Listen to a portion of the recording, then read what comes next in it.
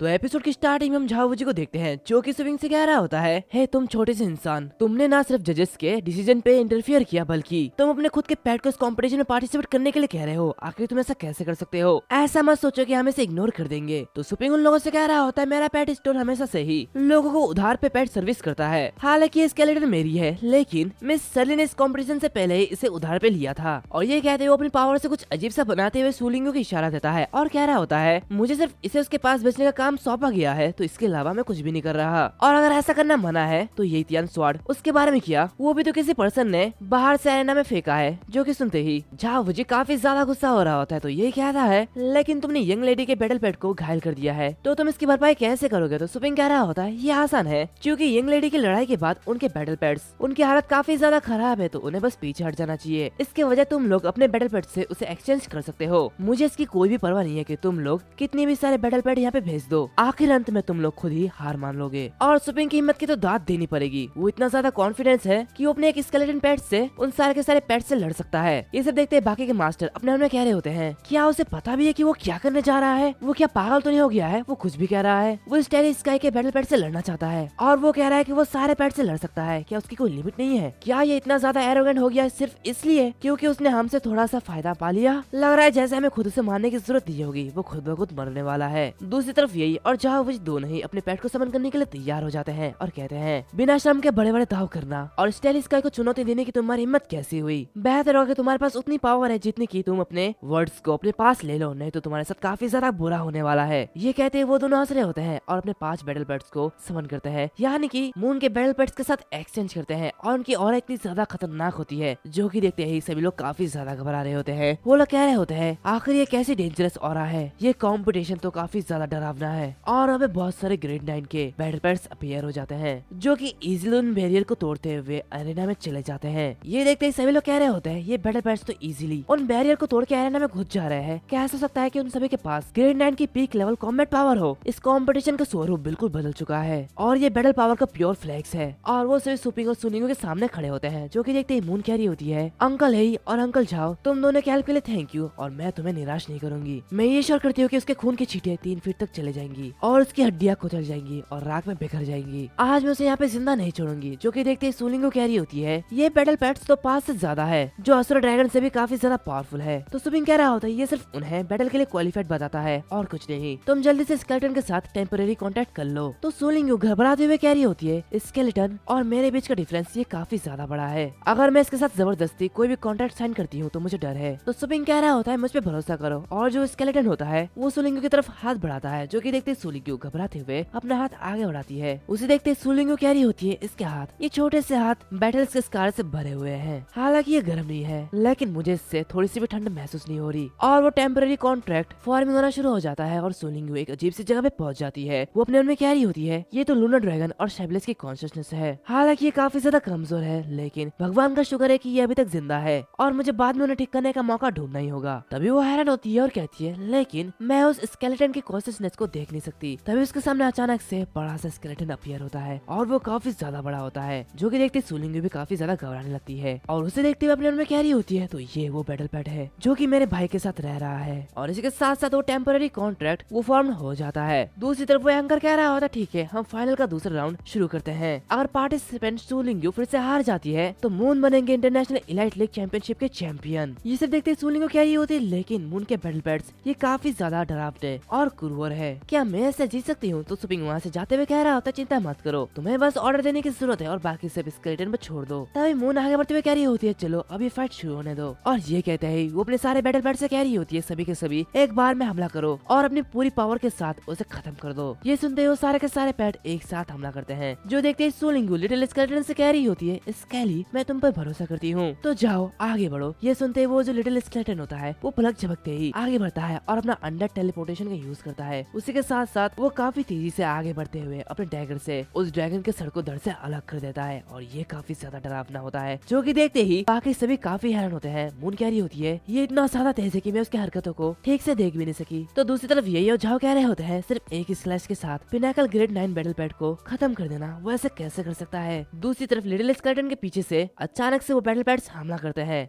लेकिन वो स्केलेटन अपने एक ही स्ट्राइक से उन दोनों के हाथ को काट देता है और अपना well of the dead technique का यूज करता है और उसके धार से वो जो पेट होता है उसके बॉडी से पूरा मांस अलग हो जाता है, यहाँ तक कि उसकी हड्डियां भी चूर चूर होने लगती है, जो देखने के बाद मून काफी ज्यादा घबरा जाती है। वो एंगर कह रहा होता है ग्रेड 9 की बैटल में ये कैसी दहाड़ है, आखिर इस लिटिल स्केलेटन की आइडेंटिटी क्या है। तभी अचानक वो मून के पीछे लिटिल स्केलेटन आ जाता है, जो कि देखते ही मून काफी ज्यादा घबराती है। ये देखते ही यही और जाओ दोनों ही काफी ज्यादा घबरा जाते हैं और कहते हैं ये लेडी प्लीज वहाँ से हट जाओ नहीं तो आप मारी जाएगी। तभी वो लिटिल स्केलेटन उसके स्वॉर्ड को तोड़ते हुए उस पर अटैक करता है और इसके साथ साथ ये जो चैप्टर है वो यहाँ पर खत्म होता है। माफ करना चैप्टर काफी ज्यादा छोटा है, लेकिन ये चैप्टर अब तक की सबसे बेस्ट चैप्टर थी जो कि मैंने अभी तक पढ़ी है और एक्सप्लेन किया है। मतलब कि ये छोटा सा लिटिल स्केलेटन, इसके सामने कोई भी पेट कुछ भी नहीं है, ये इतना ज्यादा पावरफुल है। तो सोचो सुपिंग का पेट इतना ज्यादा पावरफुल है तो सुपिंग कितना ज्यादा पावरफुल होगा। और ये जो एपिसोड है इसको पढ़ने के बाद और एक्सप्लेन करने के बाद मजा सा आ गया, और जैसे अगली चैप्टर आ जाएगी वैसे मैं उसे एक्सप्लेन कर दूंगा। तो तब तक के लिए वेट करो और हमारे अगले सीरीज को भी सपोर्ट करो यार, क्योंकि बहुत ज्यादा मेहनत लगती है। और मैं सोच रहा हूँ कि दिन में 3 वीडियो ना लाके एक ही वीडियो लाओ जो कि 20 या फिर 30 मिनट का हो। तो ये आइडिया कैसा लगा तुम लोगों को? अगर अच्छा लगे तो प्लीज कमेंट सेक्शन में जरूर बताना। मिलते हैं अगले वीडियो में, तब तक के लिए बाय बाय।